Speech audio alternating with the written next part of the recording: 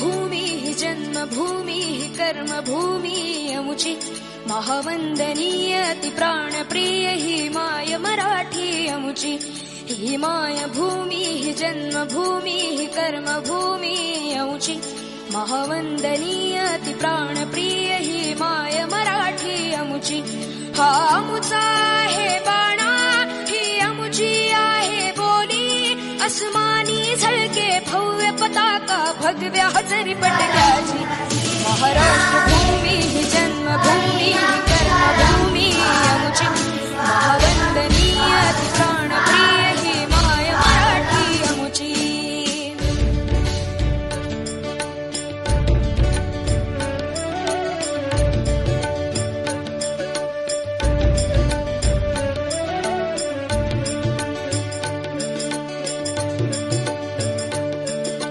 राकट देशा कणखर देशा दगडाच्या देशा प्रणाम माझा घ्यावा हे श्री महाराष्ट्र देशा भीमा वरदा कृष्ण देशभक्तीपर कविता या त्यांनी लिहिल्या होत्या. तर त्यांच्या कार्यामुळे मराठी कवितेचा प्रवाह बदलला आणि आपल्या कवितांमध्ये विचारांना निर्भयपणे त्यांनी मांडलं. झपूर्झा हा एक वेगळा शब्द आहे तो त्यांनी कवितेत वापरला.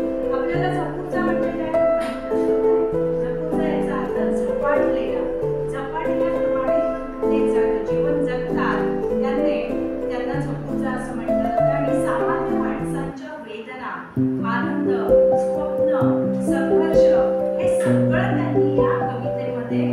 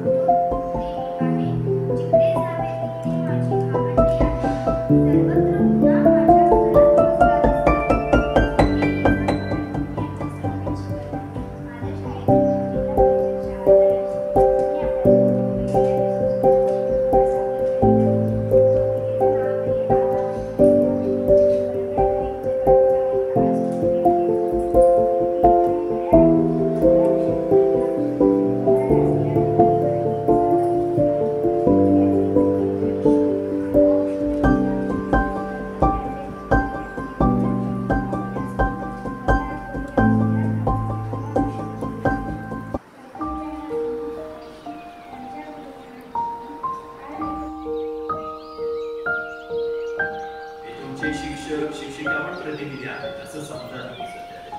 आणि आजच्या कार्यक्रमाचे अध्यक्ष माननीय श्रीयुत शशिकांत राऊत साहेब, त्यानंतर जिल्हा प्रतिनिधी सुहास राऊत, इथे कोषाध्यक्ष बसलेले आमचे संदीप भरत, इथे मॅडम बसलेले doctor Smita Malavade madam, Anjana Save madam आहेत, तुमचे सर आहेत संदीप म्हात्रे सर आहेत, इथे तुमच्या शिक्षिका आहेत आणि एक उत्तम निवेदिका म्हणून काम करणाऱ्या सावे मॅडम गोरे मॅडम आहेत इथे. छान आहे.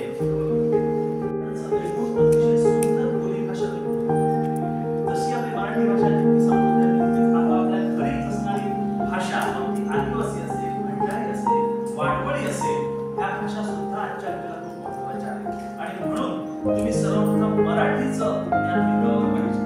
मराठीचं ज्ञान मिळवताना आपली ही मातृभाषा आहे म्हणून त्याच्याकडे जास्त वळलं पाहिजे.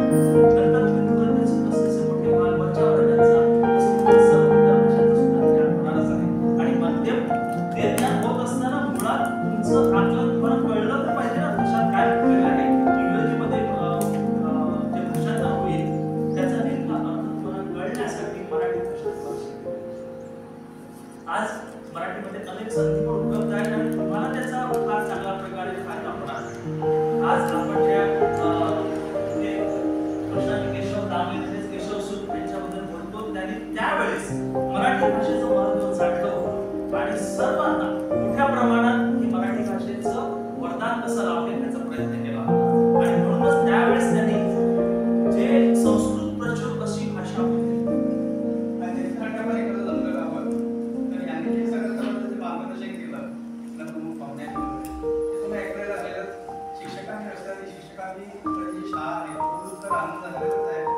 आणि तुम्ही मराठी आहे याचा अभिमान बाळगला पाहिजे. आणि तशीच एक छोटीशी गोष्ट तुम्हाला सांगते, कारण हे तुम्ही खूप ऐकलं. फक्त पहिलीच्या मुलांसाठी दुसरीची मुलं आहेत त्यांची मानसिकता वेगळी असते. तर शाळेमध्ये तुमच्या सर्वात एक छोटासा विठ्ठल नावाचा मुलगा असतो. नाव काय असते मुलाचं?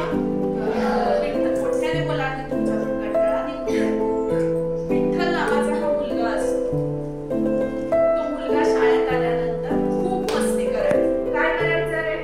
मस्ती करायचं. शेवटी आमच्याकडे एकच हे असते का त्याच्या आईला बोलवून घ्यायचं. त्याच्या आईला बोलावलं. म्हणजे सांगितलं का बघा तुमचा मुलगा आहे ना. काय घ्यायचं यांच्याकडून? आजी पाहुणे आलेले त्यांच्याकडून आपण काय घ्यायचं? तर सगळे पाहुणे जिल्हा परिषद शाळेत शिकले, बरोबर? आणि जिल्हा परिषद शाळेत शिकून एवढ्या मोठ्या उद्योगात गेले. आता आपल्याकडे जे 2 मॅडम या ठिकाणी बसलेले आहेत त्यांनी मुख्याध्यापक आणि विस्तार अधिकारी पदावर अरे वल्वरना अरे वल्वरना अरे वल्वरना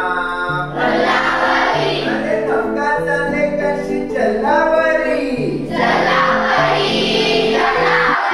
अरे आहे सारा भार मुलांवरी अरे लहान वीर अरे लहान वीर अरे रोखील वाजता वल्वरा अरे वल्वरना अरे वल्वरना अरे मोकाट पिसाट वाराला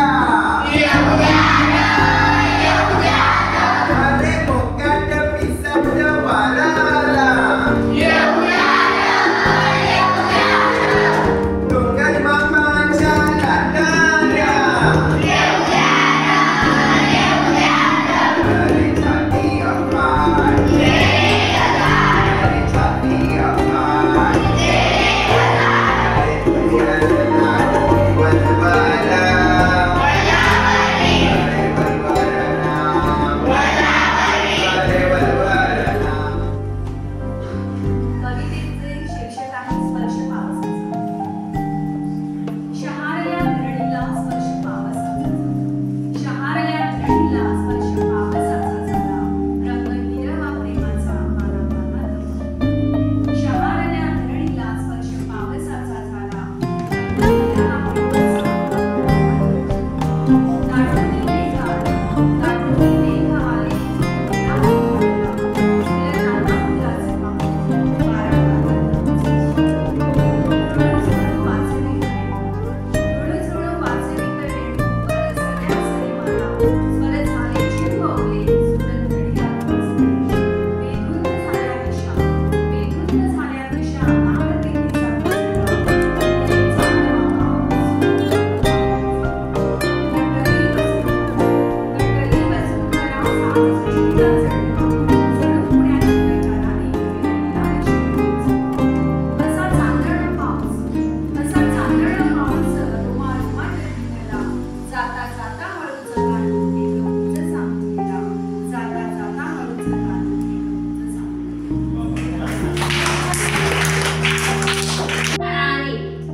भेदुनी टाकीन सगळी गगने. भेदुनी टाकीन सगळी गगने. तिच्या त्या किंकाळीने अशी तुतारी द्यामच आणून. ही सुंदर कविता जी हृदयाला भिडते. ही तुतारीची कविता कविवर्य कृष्णाजी केशव तांबे. खूप केशव आणि जेव्हा तुम्हाला असं वाटतं की हा अभ्यास माझ्या आणि मला